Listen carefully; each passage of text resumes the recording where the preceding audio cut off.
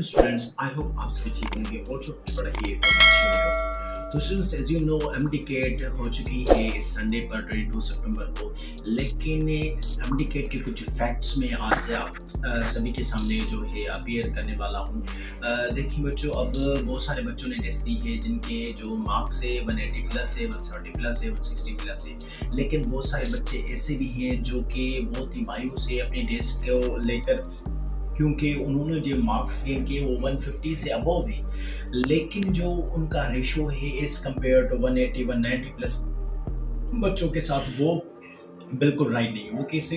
क्योंकि जो इस बार भी जैसा कि पिछले ईयर में भी जो अपना पेपर था लीक हो चुका था, इस साल भी जो 2024 जो 22 सितंबर की टेस्ट है इसमें भी जो है पेपर आउट हुआ था। तो जो एक पेपर आया था और उसके बाद दूसरा आया था, तीसरा आया था, मतलब कि कंटिन्यूस के साथ बहुत सारे पेपर्स जो है लीक हो रहे थे और बहुत सारे बच्चे कह रहे थे कि भाई ये पेपर है असल, ये पेपर असल है। बस बात ये है कि बच्चों पेपर लीक हुआ था एक्चुअली में, लेकिन बच्चों को ये पता नहीं था कि भाई कौन सा असल है कौन सा फेक है। लेकिन उससे भी बात नहीं है हमारी कि भाई हम पेपर को देखें। बात ये कि जो बच्चे हार्ड वर्किंग कर रहे थे डे एंड नाइट, उनका क्या हुआ और उनका क्या होगा। वो सारे बच्चे मुझे कमेंट सेक्शन में कह रहे कि सर हम तो रिपीटर थे, हम तो जो फ्रेशर बच्चे हैं as compare to them we are fresher. अब उनका वी आर रिपीटर सॉरी, अब उनका क्या होगा। अब देखिए ना बच्चों, एक बच्चा रिपीटर है, एक रिपीट कर चुका है, एक सॉल है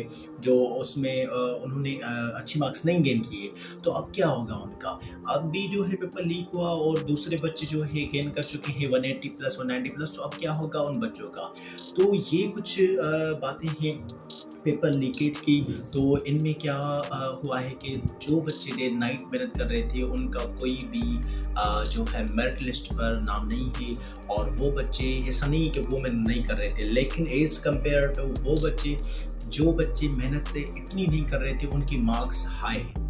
अब मैं ये भी नहीं कह सकता कि भाई उनकी मेहनत नहीं, उनकी मेहनत है, लेकिन आप भी समझ सकते हैं जो पेपर लीकेज से हुआ था और एक बच्चा सुबह कोट कर जो पेपर याद करके रट्टा मार कर रख जाता है और 180 190 प्लस गेन करता है, तो उसमें और उस बच्चे में जो डे नाइट मेहनत करता है ये समझ कर जाता है कि इंशाल्लाह मेरी टेस्ट अच्छी होगी, और टेस्ट की जो रिजल्ट के बाद उसका जो स्कोर आता है 150 160 170, अब वो देखता है दूसरे बच्चों को जिनकी 190 प्लस हो गई। तो ये कुछ बातें हैं बच्चों जो कि बहुत इंपॉर्टेंट है आप सभी के लिए। लेकिन आप सबको ये मैं कहना चाहूँगा कि भाई मेडिकली प्रोफेशन नहीं है लाइफ में, बहुत सारे ऐसे प्रोफेशन है जो आप उनमें 100% देकर अपनी फ्यूचर को ब्राइट कर सकते हैं।